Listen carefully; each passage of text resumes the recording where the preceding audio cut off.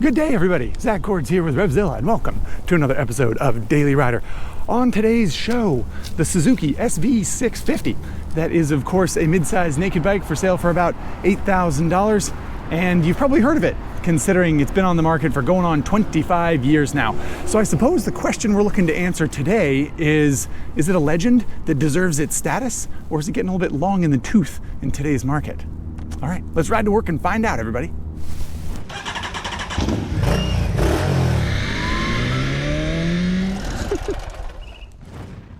Okie dokie, everybody. Before we get going here today, a friendly reminder, this episode of Daily Rider is brought to you by Michelin.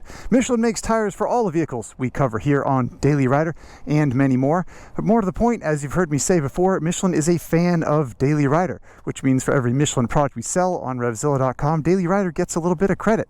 So the next time you need tires for your dirt bike, your scooter, your SV650, whatever it may be, click the link in the description of this video, shop Michelin products, and you too will be supporting Daily Rider. Okie dokie team, SV650. Where to start here? Gosh, well, we always start at the engine, I suppose. I got a puddle that's running down the alley here. This is an inconvenient situation. I don't want to stand in the puddle, so I'm going to move the bike. Just bear with me for a second here. Okie dokie, so we'll start with the engine. This is a 645cc 90-degree V-twin, as you can see there. Sort of a Japanese knockoff Ducati engine, basically, and a pretty good one at that, as we'll find out. It's the same bore and stroke that it was in 1999, I believe, although some changes have been made over the years, of course, to the exhaust system, the intake. Of course, it started off as carbureted, now it's fuel injected. That happened years and years ago. There's different cams eventually over time, but at its core, it's the same engine it was when the bike first came out, which is, well, yeah, we'll talk about what that means as we ride. Fairly basic equipment elsewhere. You get little sliding pin Tokiko calipers here, not enormous discs. I forget the actual size. And yeah, basic structure of a motorcycle. You got a steel trellis frame. Again, a bit of a nod to European style bikes. Yeah, 17-inch wheels, a seat, handlebars, round headlight, and an engine. It's pretty basic at its core. And also, obviously, famously good motorcycle that has satisfied many a rider over the years. So, I don't know what else to do, really, except fire it up and get riding. Little two-color LCD screen there. And then we can do the old, ever since 2017, I think Suzuki's have had what they call Easy Start. Single press on the starter button. And there you have it. A little V-twin. Cool little sound, cool little bike. Let's ride, shall we? Y'all ride.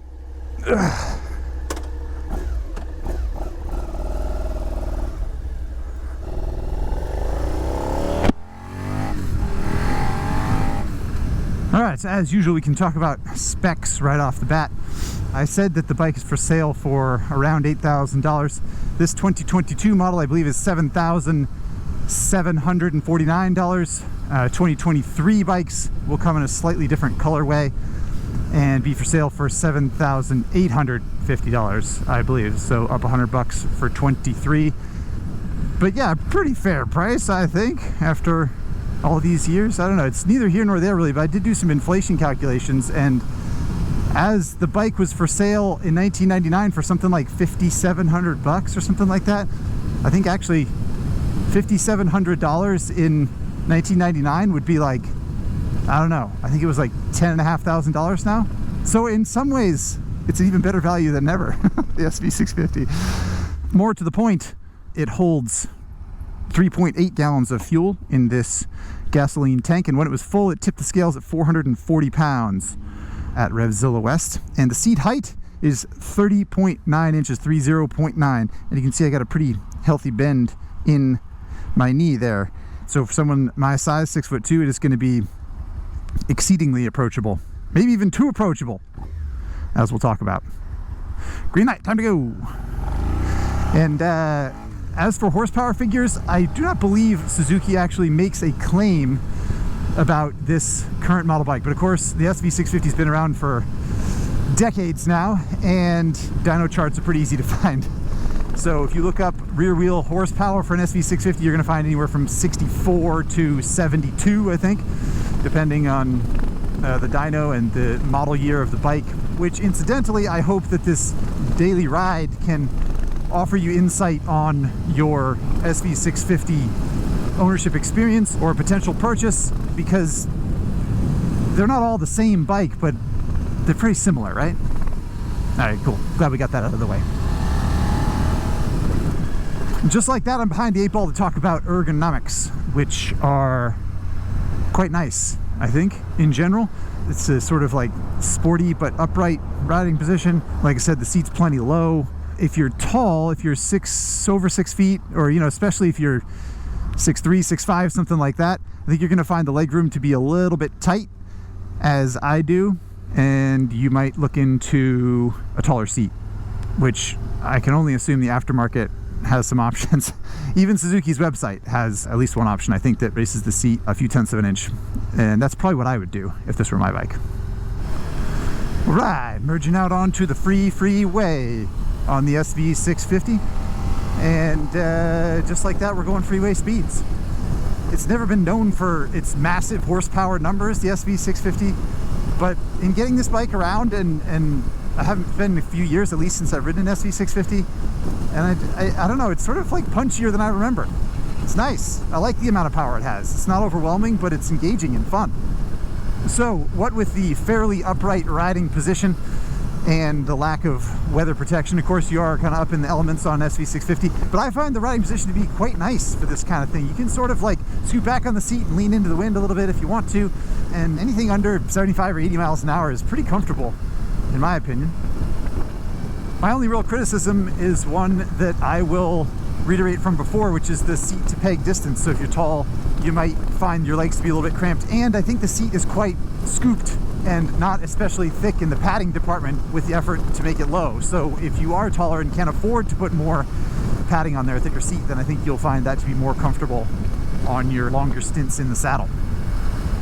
But here we are going, say, 50, 55 miles an hour in top gear, and if I roll the throttle open, we surge past these trucks. Don't have to grab a downshift or anything. It's nice. Good amount of power. Good job, little fella. So as for fuel mileage, I will raise my hand right now and tell you that I failed to get accurate fuel mileage during my test with this bike. I dropped the ball on that one. I did do some research on other stories I've written on SV650s of years past, and also check some forums and articles by other journalists looking for fuel mileage figures to try to report.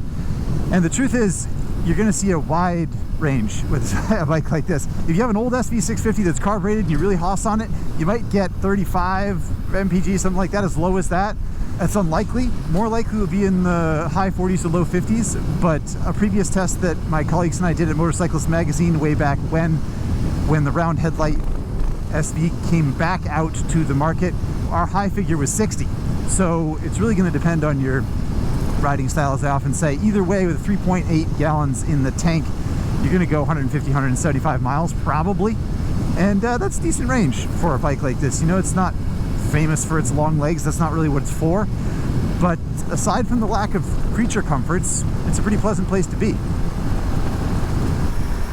Come to think of it, the bike is calculating range right in front of our very faces here. You can see it says there are 81 miles left on this tank, and we've gone 72 miles, so it's predicting 150 miles before it wants us to get gas, or before it's empty. I'm not actually sure.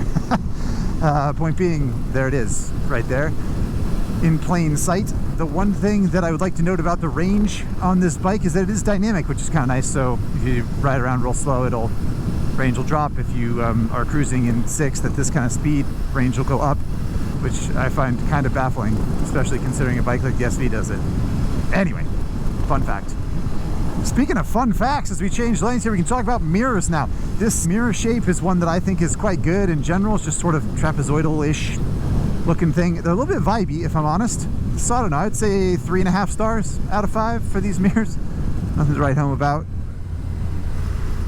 All right, into the neighborhood, and I have not done a lot of stop sign challenging on this bike up to this point.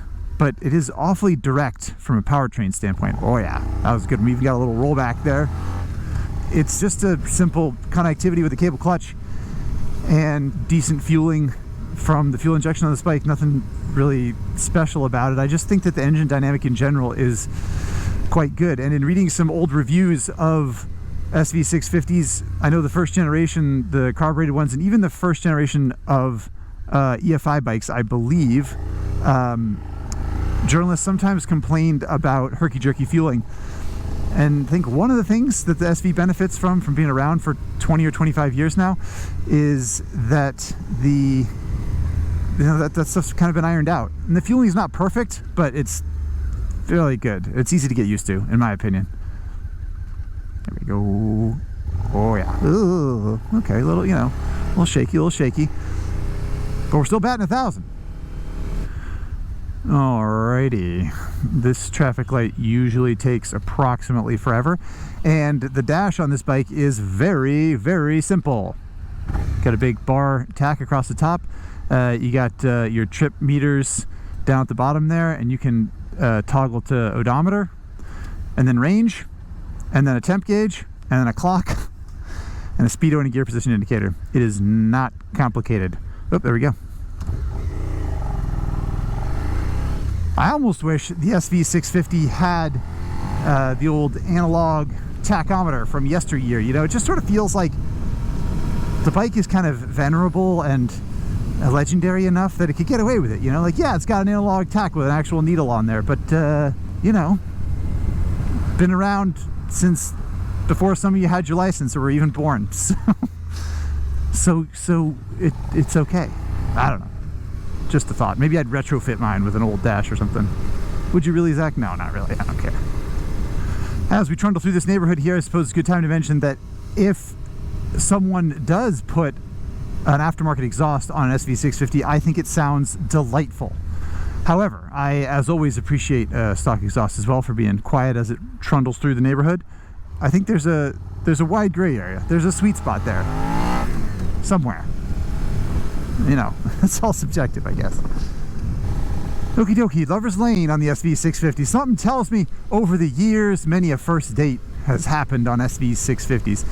Regardless of who was on the back, I reckon they were fairly comfortable. It's not quite as aggressive or uncompromising as a sport bike, but also there's not a ton of security either. There's a little bit more leg room than a sport bike, but there's not like a ton of padding, not a ton of room on that passenger seat. So I think it's appropriate passenger accommodations for going across town or something, but I don't think you'd want to do a road trip or anything like that.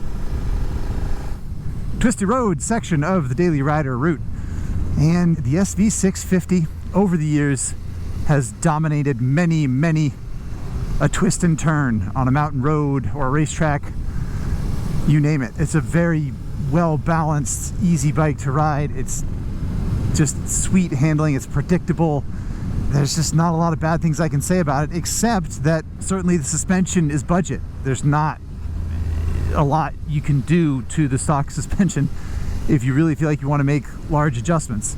The good news is that I think people make too much of a meal out of suspension anyway, and there's too much whizzing and moaning about damping this and preload that. This bike isn't really tuned for me at all. It's a little bit harsh and it's a little bit soft, but like, I just don't find myself caring. I think if you kind of look through the turn, literally and figuratively, it works really well. It's a nice bike. Is it better with a whole bunch of kitted suspension on it or a GSXR front end? Yeah, it's almost certainly, yeah. But I don't think it's bad in a way that will absolutely hold everyone back. I think it's just ostensibly budget, but gets the job done, if we're being honest. Okie dokie. Out of the twisty road section and back onto surface streets. And that SV650 is still enjoyable. It's still good.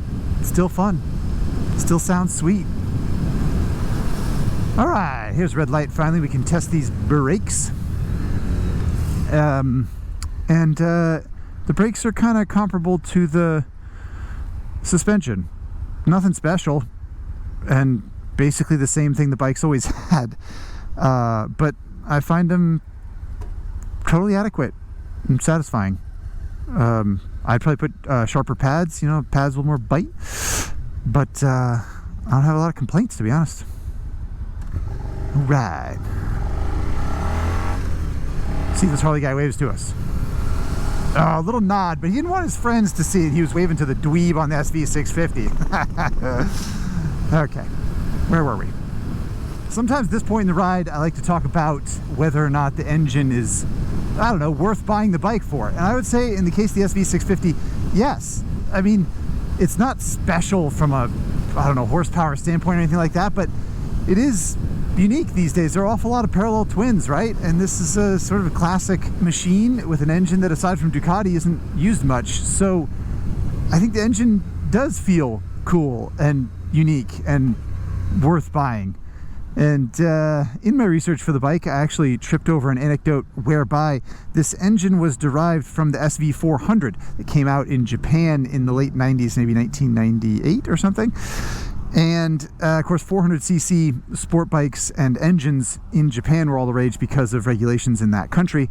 And the United States didn't get a lot of the 400cc bikes that Japan did. But the SV400 ended up spawning the SV650, which I think is kind of interesting, right? It was seen as, and sort of was, a clean slate design as it came to North America. And that's fair, but it's also interesting to think about it growing from a smaller bike that didn't necessarily catch fire in Japan. And I think that maybe part of the charm of the SV650 is that it grew from something even smaller rather than trying to be built to some sort of price point or, imaginary customer that they weren't sure existed. And of course, I glossed over a lot of history. Come on, buddy. I glossed over a lot of history of the SV650. There was its whole Gladius phase, which I don't remember exactly when that was, that 2009 to 2015 or something like that. Is that right? I don't know, something like that. And of course, the Gladius got an awful lot of hate from people, especially those people who love the SV650, because the Gladius was, it's like bulbous and strange. It had a chrome handlebar and this weird headlight that looked like it was designed to probe some sort of deep sea fish. It got a lot of hate for the way that it looked, and I think rightly so. However, the bones of that bike's still quite good, which I wanted to bring up in the context of a larger review of the SV650 lineage that I claimed that this would be. So, as we near the end of the ride here, we can go back to that original question. Is the SV650 deserving of its legendary status, or does it just feel kind of old and tired and sad? And I think that it's both. Mostly the first thing. I think that's really what struck me the hardest when I started riding this bike around again for the first time in a few years. Like I said, it's absolutely delightful, and it's really, really good at its core. It foundationally is a great bike. The engine is good. The controls work well. It's confidence inspiring. It's small. It's narrow. It's easy to ride for someone who's new to this kind of thing, and it's engaging and fun for someone who's been riding for years. It's such a good bike. Then again, there are some things that it doesn't have, right? I mean, it doesn't have a TFT dash, which you get on a 390 KTM. It doesn't have Bluetooth connectivity, which you get on a Triumph Trident. It doesn't have LED blinkers or lights, which you get on lots of new bikes these days. So it doesn't have a lot of stuff that, its competition does. But it does have that name and that lineage, and it's real. It's good. Such a good bike. Oh my God, what is this? Oh my God, this I didn't expect. Holy Moses. All this rain in Los Angeles is wreaking havoc on the daily rider route, and I don't really want to do this on an SV650, take it down the railroad tracks that are all muddy, but no TC either. That'll be fun. Wow, you guys, we're getting in over our heads here. This is not a good idea. Oh Jesus, there's a dog barking at me now. Oh my God. Oh gosh. Really, we're doing some serious ADV. You V-Strom owners, you watching this? Psh, you keep your V-Strom. Look at this SV650 go, huh? Might as well be halfway to Patagonia by now. All right, we're through the worst of it. And we can mess around with no TC. Wrap. Still no jump. It's on my New Year's resolution list to build a new jump that people can't dismantle right away. Oh, it's so slippery. What am I doing? What am I doing?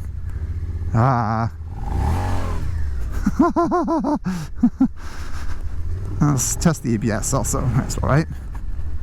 Very conservative ABS, but that's okay. That's okay, everybody. How'd you do, SV? Oh, geez, all splattered in mud. Son of a gun. Now I got a bike to wash later. Suppose I deserve that. Whoa! Spun up on the railroad track. See, that's why traction control can be good, people. You know, just when you least expect it, you end up with a little bit sideways when you didn't mean to. All right, more to the point, can it do a wheelie? Let's find out, shall we? Yeah, oh my gosh, can it ever do a wheelie? SV650, excellent wheelie bike. You could go for miles and miles like that if you had the skill to do it. Really fun. Second gear wheelies too. You know, like I said, kind of punchy. Maybe a little more punch than you expect from a bike like this.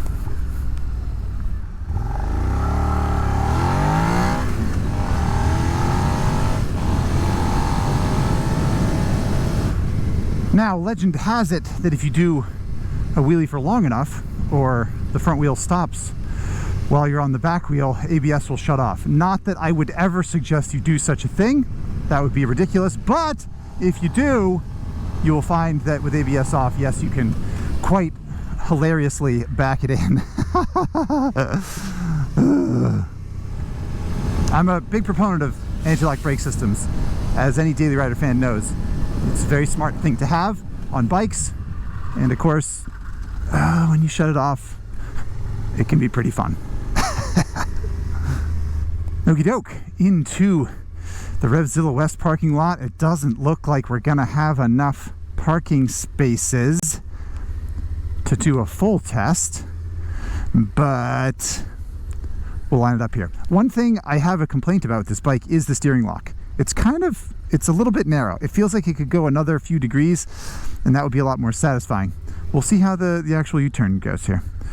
So line up here along this line, crank it to the left, feet up.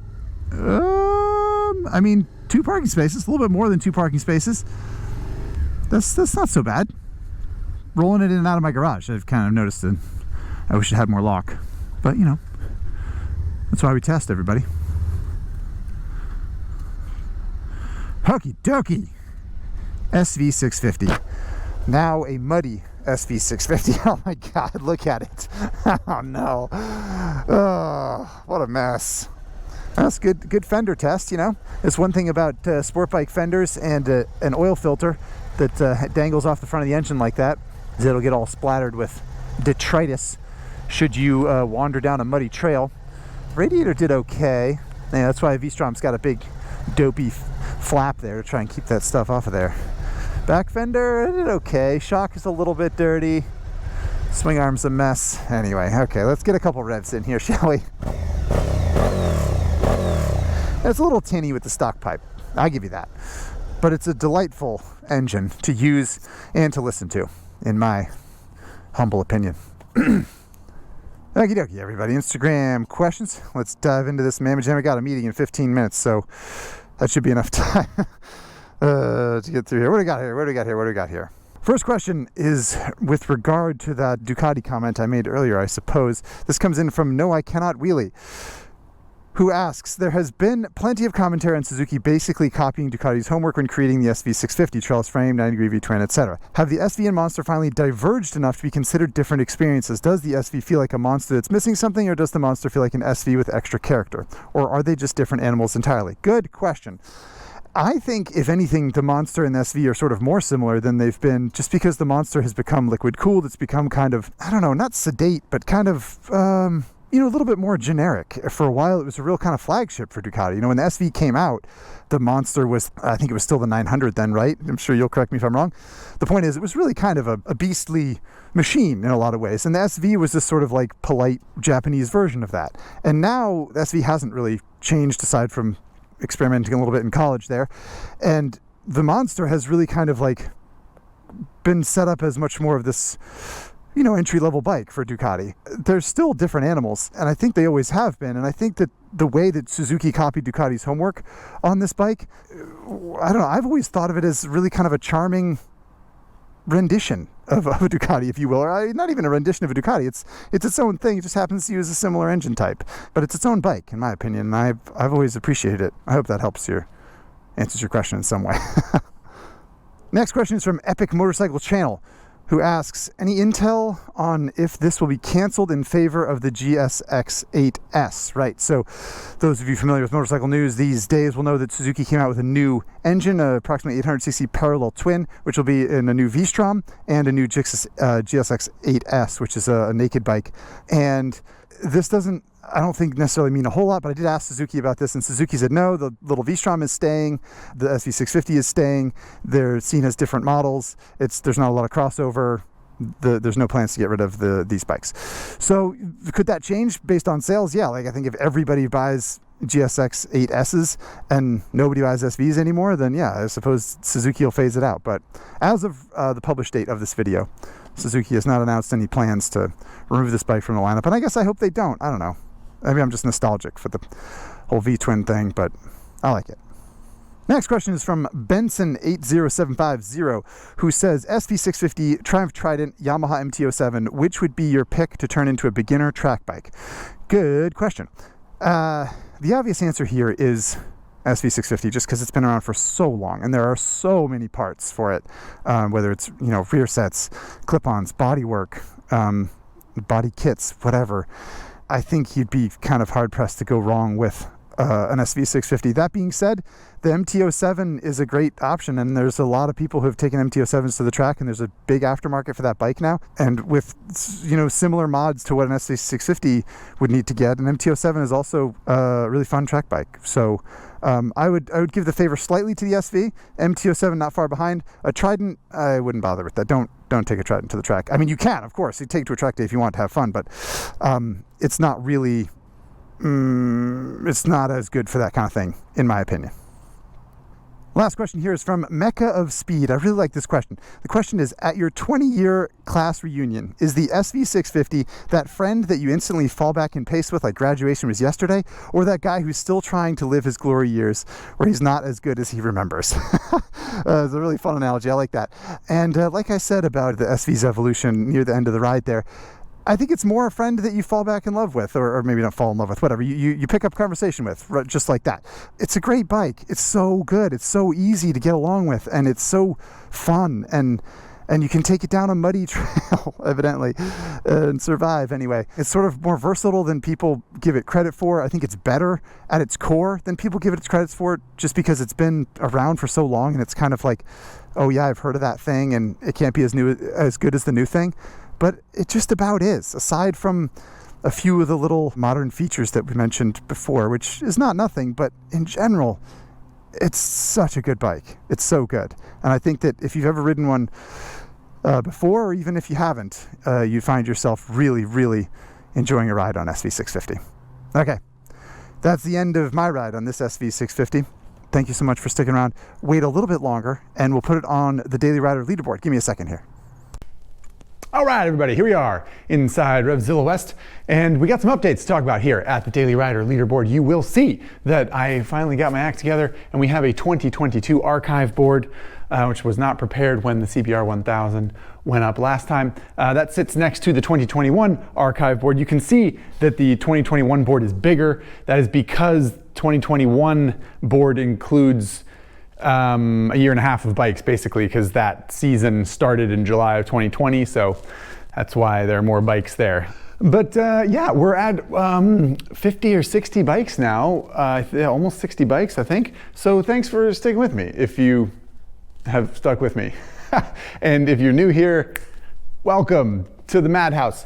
Today's ride, Suzuki SV650. Oh, it gets a smiley face. Right, so we talked last year about giggle scores, and some bikes really made me happy, and I promised I would bring around a way to document bikes that really make us smile. You will notice the Honda Grom gets a smiley face.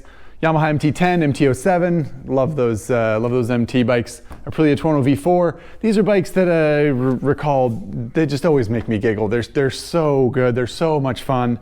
And yes, there is a trend of high-ish horsepower naked bikes, I suppose, but not the Grom or the MT-07, right? So the SV650 also gets a smiley face. It's just too good. The seat is low and it's too stiff, and I don't like that, and tall people are gonna be shy on legroom. And the brakes are fine, and the suspension's fine, and the dash is a little outdated but fine. But foundationally, the SV is such a good bike. It's so versatile and good, and it is better than a CBR 1000 RRR SP as a daily rider. I don't think anyone will be hugely surprised to see that ranking. As for where this bike might stack up on the 2022 leaderboard, since we have the very nicely equipped archive board here with us, is it better than an MT10? Maybe not, but I'd sooner recommend it probably, and it's cheaper, which is something, you know. Is it better than a Tiger Sport 660? Practically, like if I'm really wearing my pocket protector, no, it's not better than that. Better than a KLR 650? Yeah, probably. Makes me laugh more. Anyway, it would be in the top 6 or 8 there for 2022. So quite a bike, that SV650. And like I said, you know, it's not just an aging legend that doesn't deserve to be mentioned anymore. It's so good, despite its imperfections and long teeth, you might say.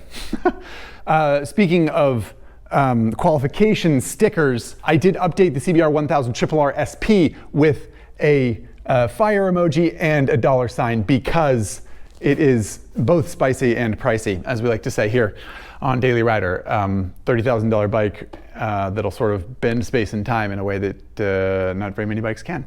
I think that's all the information I have for you here. We are well on our way to a successful, fun, and wheelie-ridden 2023. Thanks for hanging out as usual. I hope you learned something, hope you had fun, and I hope to see you next time on Daily Rider. See you, everybody. Snow in the distance there. Can you see that? Winter here in Los Angeles. I tell you, it's brutal. You can even see snow in the distance sometimes. How do we survive? Nobody knows. Hoping for a red light to test these brakes, but we're just getting so lucky.